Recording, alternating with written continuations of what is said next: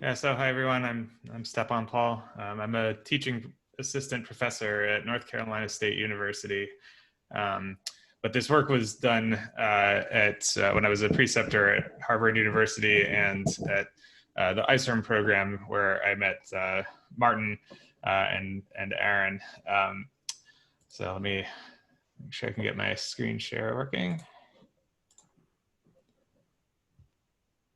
Okay, is that working for everyone?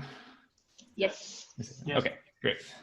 Well, so in my job, I focus on curriculum development for undergraduate courses in particular. And I've recently been focusing a lot on multivariable calculus. There are many useful theorems in multivariable calculus. And if you've taught this course, you are maybe thinking to things like Green's theorem and Stokes theorem, these integration theorems. But even before that, you have a lot of, let's see, make sure you know how to navigate. Theorems that just deal with things like continuity and integration and differentiability and things like that. And of course, all these theorems come with different qualifiers. And when I show theorems like this to my students, I think this is what they see. All these qualifiers are sort of not the important part to them. And as far as I'm concerned, that's fine. I sort of think that it's most important for them to get the intuition for the ideas that are going on here, especially for engineers. People are using this in physics, other fields. You know, every function is smooth as far as they're concerned in most cases. And really, to get the core concepts, this is sort of what I want. When I teach my class, I skip topics like limits and continuity and differentiability. So I'll do my due diligence and actually say the qualifiers, but while I'm teaching it, I don't really go into any of these kind of details. And I sort of don't want my students to focus on that the first time they're seeing the material. But I am a mathematician. So, you know, to me, these kinds of things are important and they're interesting. And I also have students who want to go on to be math majors, who find this sort of thing interesting. At the universities I've taught at, Calc 3 or multivariable calculus is sort of the last calculus class that you might take before possibly deciding what major you're going to do, what you might focus on. So it's an opportunity. I see it as an opportunity to attract students to the field, to attract students to our department.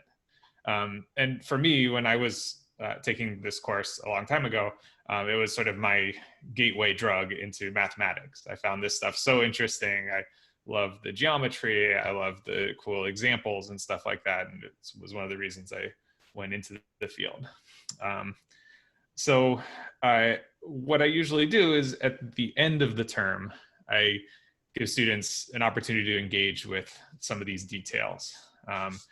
And I've done this in a number of ways. I've given projects where students take a deep dive into something like the idea of continuity or the idea of differentiability. I've made 3D renderings using Mathematica and other software like that. But what I really wanted to do was to sort of bring this to life, make something interactive and physical, sort of visceral for students to hold. And so I think that the most fun way of engaging with these kinds of qualifiers is to think about how to break the theorems, to think about when do these theorems go wrong in sort of a minimal way. You might sort of see that first one and think, okay, you know, if what you might have expected for something about differentiability is that if these two derivatives exist, then that means that the function is differentiable and you have all of these properties about differentiability. But you can see that the condition is a little bit more subtle. The derivatives have to be continuous. I won't go into any more of the sort of details of this because I want the models that I've made to sort of speak for themselves. I'll show you a picture of the 3D printed models that I designed to sort of speak to some of these issues. And I'll show you some of the interactivity that goes along with them in just a moment. I've done a lot of 3D printing for multivariable calculus for other topics in the course. And I've done a lot of active learning lessons where students actually get to hold models and draw on them and solve problems using 3D models in the classroom. And so using something like 3D printing felt very natural to me. So let me show you some videos. Again, the idea is that the objects should sort of speak for themselves once you sort of have the context in mind. This was sort of a philosophy that was first articulated to me by Edmund Harris at the University of Arkansas. And he likes to make these very sort of, I describe as heavy-handed models that once you see it and once you interact with it, you have no choice but to sort of be drawn into the concept. So I'm going to share, okay. All right, so I'm gonna share with you a video now of interacting with one of the models, and I'll go through each one and sort of explain the idea of each one.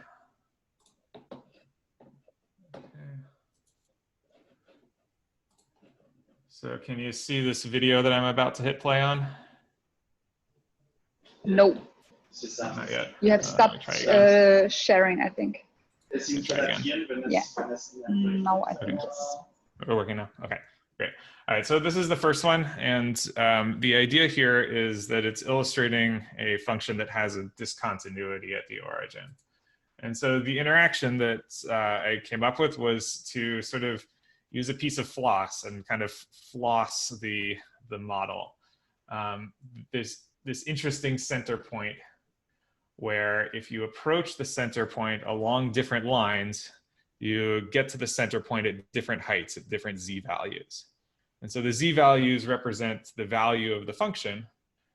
And if you take a limit along different lines, you end up at different z values. And so different directions of approach give you different heights. Different directions of approach give you different z values. And by kind of flossing this, you sort of have to see that. You have to come to grips with that fact about this function.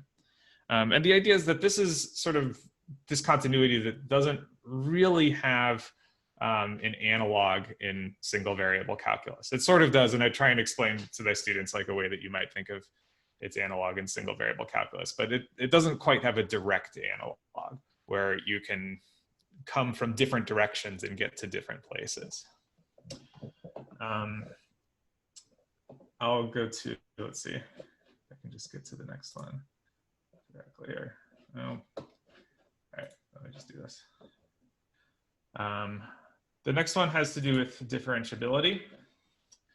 And the idea here is that I'm going to illustrate a function where all of the directional derivatives exist, and yet the function is not differentiable. And so what that means is you can draw a tangent line to the surface in any direction, which is illustrated by really just a coffee stirrer thumbtack to the center point. That there is a tangent line, there is what we'd call a directional derivative in any direction, and yet you can't draw a tangent plane. So for students learning the subject, what they might say is that that you can't, well, first of all, you can't find a tangent plane that this formula for the tangent plane, the linearization, doesn't apply. And also that the directional derivative formula doesn't work here. Before I go to the last one, I want to say a word about sort of the design of these models now, because you can see that I'm using like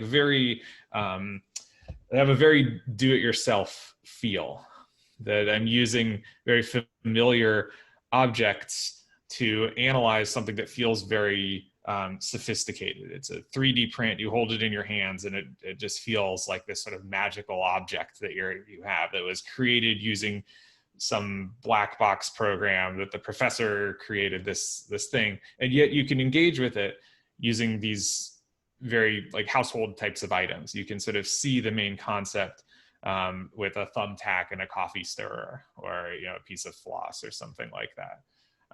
Initially this was just sort of out of convenience when I was trying to make a model that would do what I wanted it to do, but then I realized that this is sort of the way that I would want to engage with learning a new concept like this as a student, that I would want to be able to sort of see it and just use what's around me to analyze the geometry of what's happening, to try and understand the significance of this object. And so in the end, I sort of decided, no, I could have easily used something that looked a little bit nicer, but I like the feel of using what's around you, using familiar objects here. The last one, I think I can just do this. Okay. The last one here is meant to break another theorem that's sometimes referred to as Schwarz's theorem or Clairaut's theorem, depending on the textbook.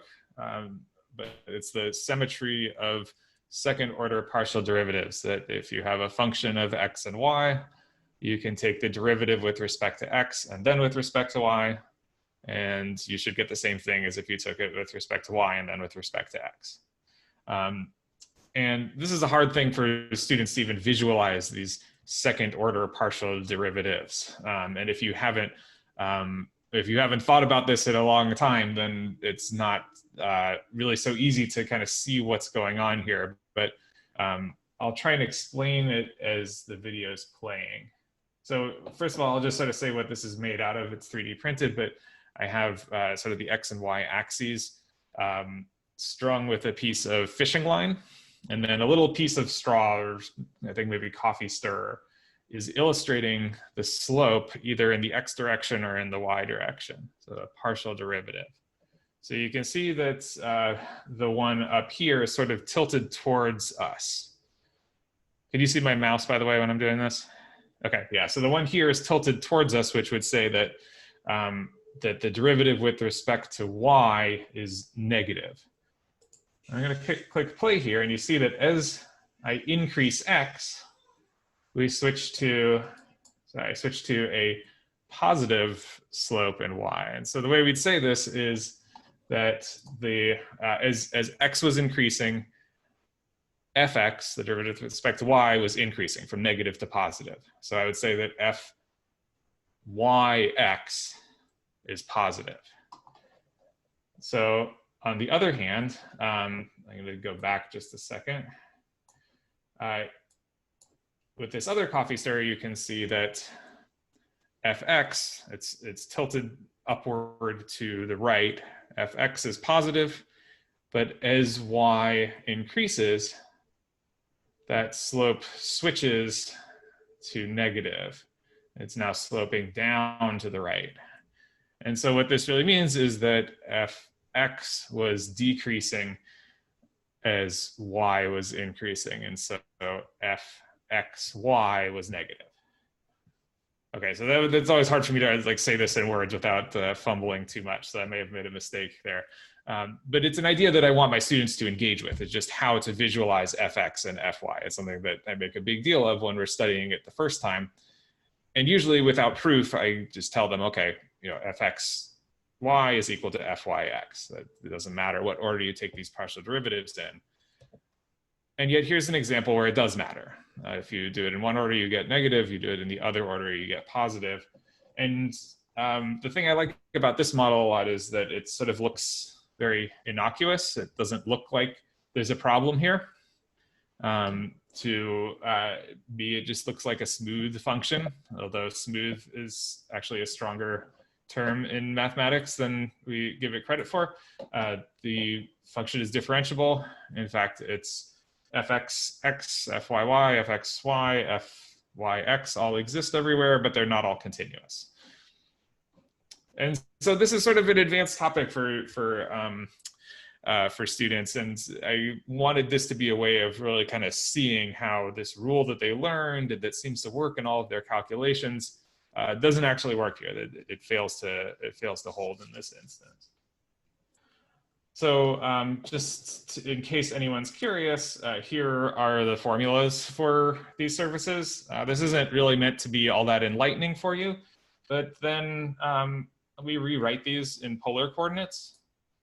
And now all of a sudden, when you show that to students, they start to pick up on some of the patterns here and maybe start to see the connections between these different functions that serve as a counterexample to the theorems that they know and love. I'll invite you to maybe think about what those connections are without trying to like get into any of the details. But really, it's sort of about taking partial derivatives of one and then clearing out unneeded terms. But there's one more model that I don't have anymore. Unfortunately, when I moved, it broke. But there's one more theorem that I think kind of belongs on this same list of fundamental theorems about derivatives and continuity, and that's Fubini's theorem. So what this says is that in the same way it doesn't matter what order you take partial derivatives, it also shouldn't matter what order you take iterated integrals. And this is the most robust of the theorems in the sense that you're not going to get a smooth looking function like the one on the right. It has to be a particularly nasty function with some kind of gnarly singularity in order for this to work. But I wanted to take a stab at trying to visualize that as well. It has a different form than these other ones, the model that I ended up making here. But I did think it was maybe worth kind of including in the discussion.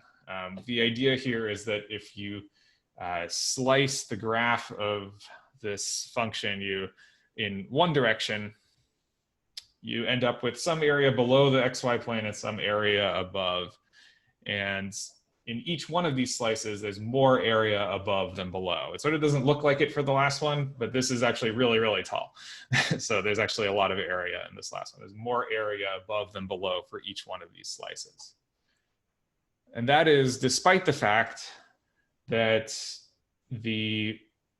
each side, the part of the solid above is actually identical to the solid below.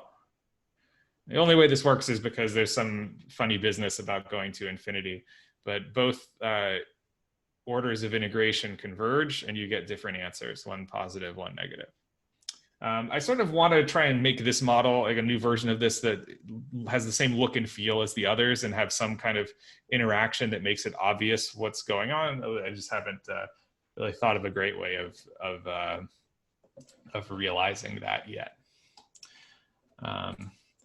And the last thing, and this is sort of a bonus from one of the models. I'm going to go back to the picture.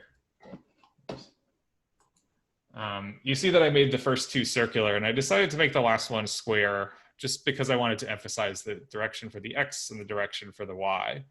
But now I sort of wish I hadn't, because you can see the x and y direction with the fishing line. And there's one more bonus feature about this model that I'll show you just on my screen here, because I have it with me. And it's another theorem that students know and love that we can sort of break by violating some of the conditions. And that's, you can see these two pieces of blue tape that I've put on here. Both of these are clearly concave up. And so what that tells you is that fxx, if I hold this the right way anyway, fxx and fyy are both positive. And this violates what students sometimes call the multivariable second derivative test. If you have a point that's a critical point, the tangent plane is flat, and you have both fxx and fyy both concave up in two perpendicular directions, then you should have a local extremum, a local minimum. And yet you can sort of see that this is not a local extremum here at the center. You can go in a different direction and it's concave down. I think I'll go ahead and stop there and just take questions. Thank you.